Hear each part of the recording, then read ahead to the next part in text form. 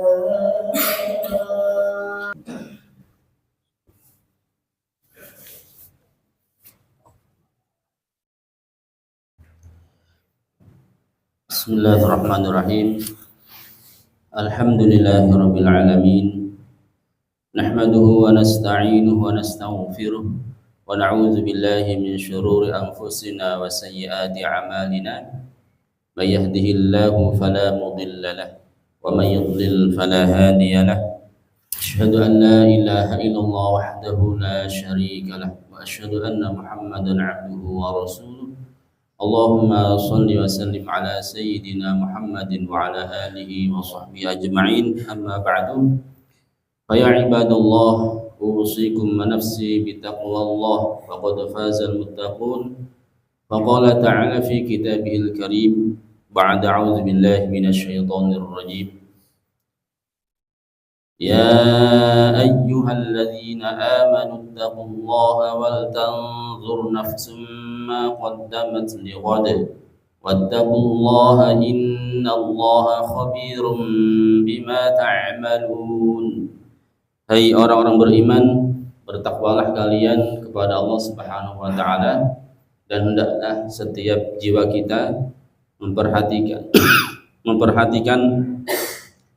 apa yang sudah dipersiapkan untuk hari esok, dan bertakwalah kalian kepada Allah Subhanahu wa taala. Sesungguhnya Allah memperhatikan apa yang kalian lakukan. Hadirin sidang Jumat rahimakumullah, kembali kita diingatkan oleh Allah Subhanahu wa taala dalam khutbah ini untuk senantiasa bertakwa kepada Allah Subhanahu wa taala.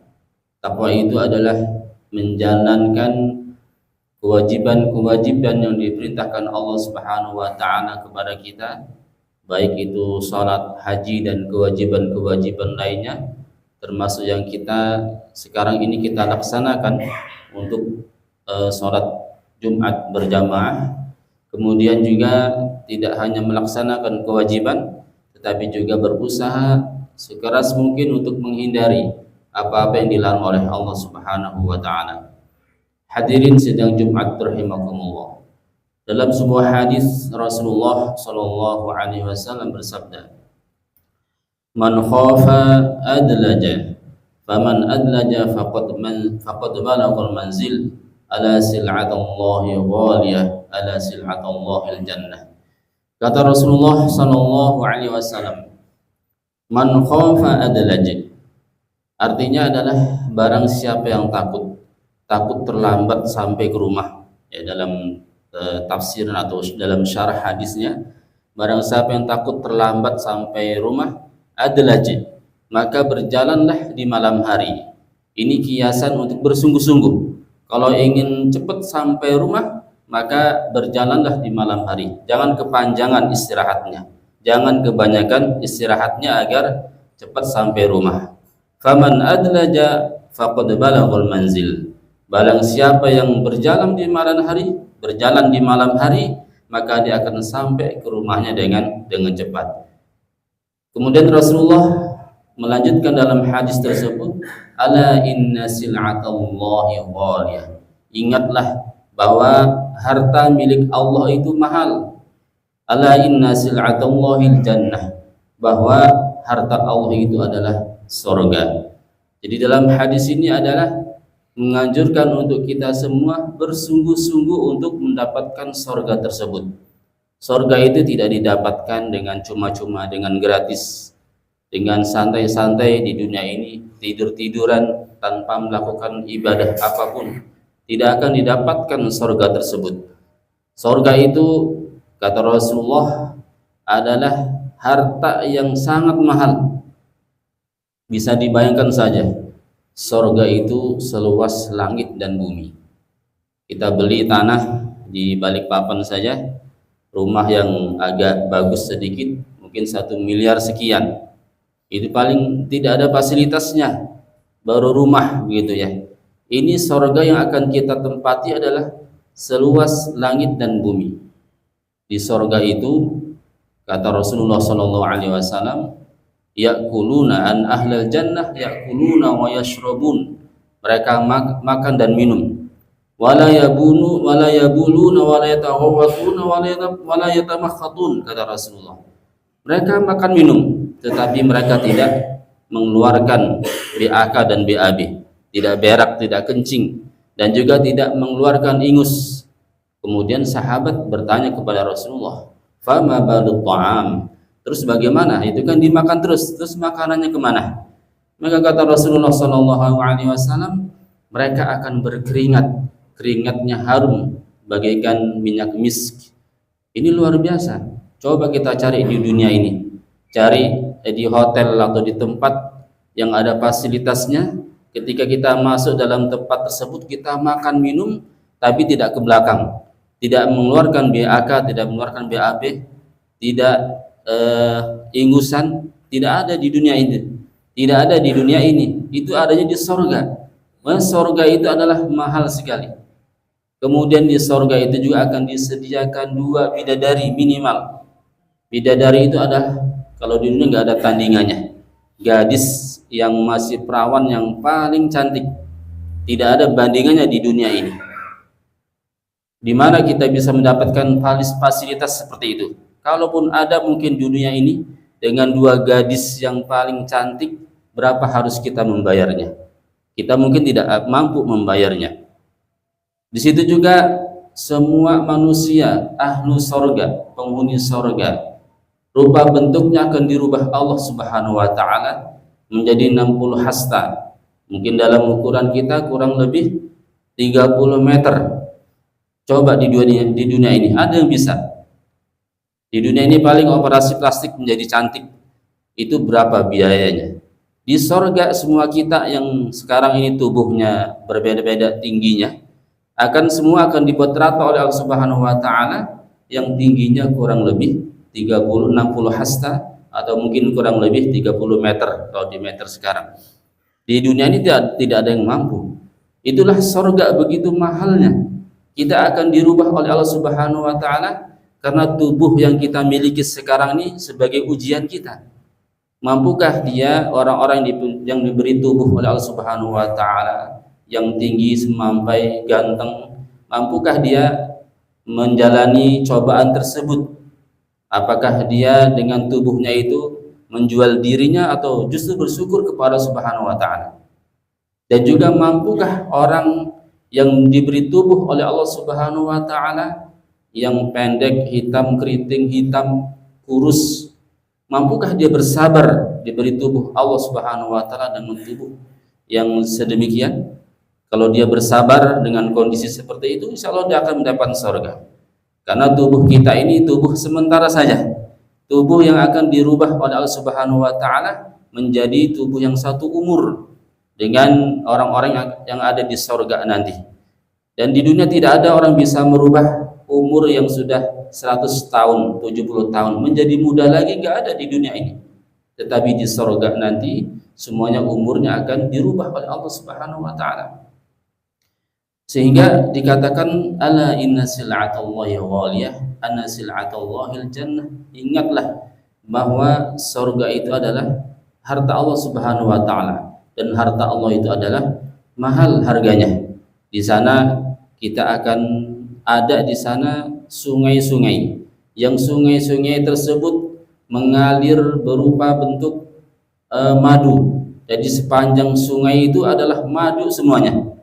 Dan juga ada sungai-sungai, dan sepanjang sungai seluas dan sepanjang sungai itu yang terbentuk dari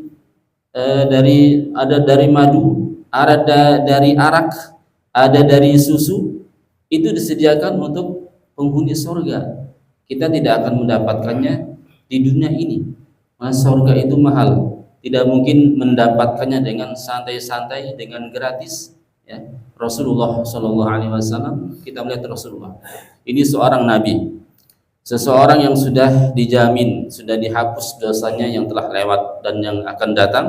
Tetapi Rasulullah SAW adalah seorang pejuang, seorang mujahid, seorang pahlawan yang berjihad di jalan Allah Subhanahu wa Ta'ala puluhan kali, bahkan ratusan kali. Kita pernah berjihad 1 kali saja, belum pernah. Rasulullah SAW adalah seorang yang paling dermawan di dunia ini. Apakah kita pernah dermawan? Berapa yang sudah kita infakkan dibandingkan dengan para sahabat, dibandingkan dengan Rasulullah Shallallahu Alaihi Wasallam? Rasulullah SAW adalah seorang penghafal Al-Quran, karena semua wahyu diberikan kepada Allah Subhanahu Wa Taala. Hafal Al-Quran. Dan Rasulullah Shallallahu Alaihi Wasallam adalah ahlul ibadah, orang yang ahli dalam beribadah, orang yang paling rajin beribadah, tidak ada yang bisa menandinginya. Setiap malam Rasulullah SAW sholat malam, membaca Al-Quran, tidak pernah ditinggalkan sholat tahajudnya dan membaca Al-Qurannya di setiap malam. Ini Rasulullah Shallallahu Alaihi Wasallam yang sudah dijamin, sudah dihapus dosanya, baik yang telah lewat ataupun yang akan datang. Tetapi beliau, kalau kita melihat sifat beliau, apa yang dicari kebaikan pada diri beliau pasti kita dapatkan. Beliau seorang dai, beliau seorang mujahid, seorang pejuang di jalan Allah Subhanahu Wa Taala. Beliau seorang pemimpin, beliau seorang dermawan, dan semuanya didapatkan pada diri Rasulullah Shallallahu Alaihi Wasallam. Ketika ada seorang sahabat, dalam sebuah hadis disebutkan, ada seorang sahabat namanya Bashir bin Al-Khososiyah. Beliau menyatakan diri untuk baiat masuk Islam.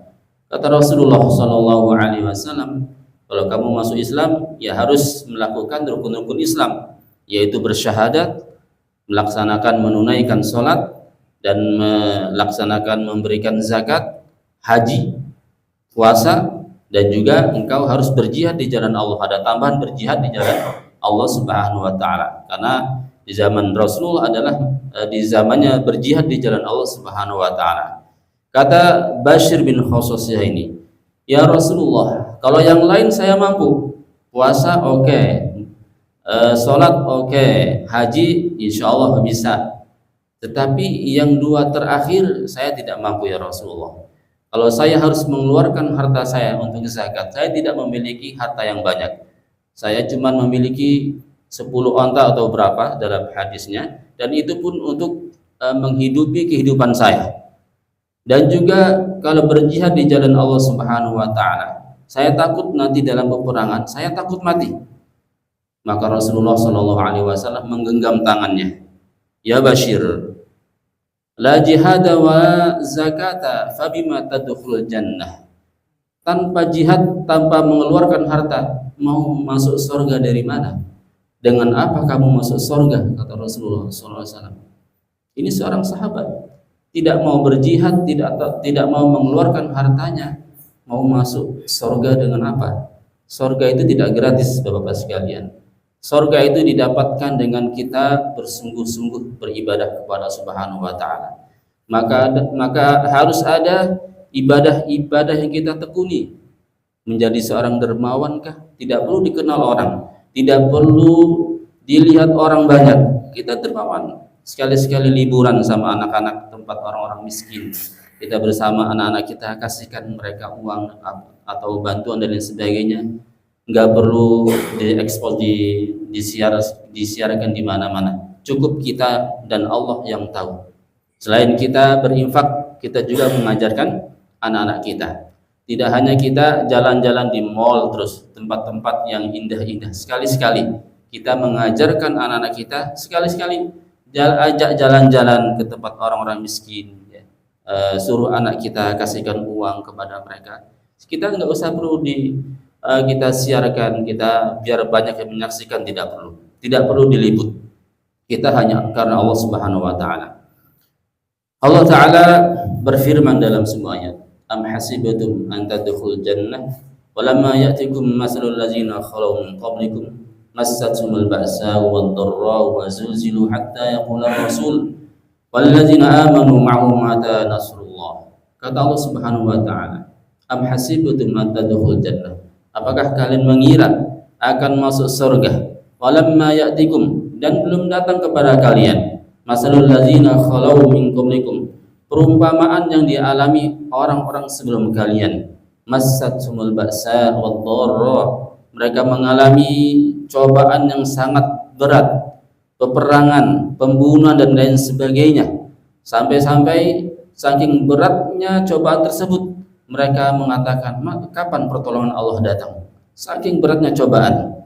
Kita semua nggak mengalami hal tersebut. Yang mengalami adalah saudara-saudara kita yang di Palestina. Mereka yang mempertahankan masjid kita bersama, Masjidil Aqsa. Rumah mereka dihancurkan, keluarga mereka banyak yang mati syahid, harta-harta mereka dihanguskan, tidak memiliki tempat tinggal lagi, tidak memiliki harta, bahkan keluarganya mungkin sebagian sudah mati syahid di jalan Allah Subhanahu wa taala. Kalau mereka pantas masuk surga, mereka sudah mengalami apa yang dialami di zaman Rasul dan di zaman sahabat. Lalu kita ini fabima nadkhulul jannah. Lalu kita ini mau masuk surga dengan jalan apa? Maka Bapak-bapak sekalian, mari kita paling tidak sholat kita perhatikan benar-benar. Kita laksanakan dengan baik, kita laksanakan dengan berjamaah. Jangan sampai dalam 5 waktu kita enggak sholat berjamaah. Jangan sampai kita sholat berjamaahnya setiap hari Jumat saja. Kita akan ketinggalan berapa banyak pahala kalau kita tidak sholat berjamaah. Satu kali saja kita tidak sholat berjamaah. Berjamaah itu pahalanya 27 kali lipat. Kalau kita sholat sendirian 1 kali lipat. Berarti kita berapa ketinggalan pahala yang kita tinggalkan kalau kita tidak sholat berjamaah. Bapak sekalian, surga itu harganya mahal, tidak ada surga itu gratis. Maka kita harus bersungguh-sungguh dalam beribadah kepada Allah Subhanahu wa taala. Wallahu a'lam bishawab. Qultu ma sami'tum astaghfirullahal azim fastaghfiruh innahu huwal ghafurur rahim.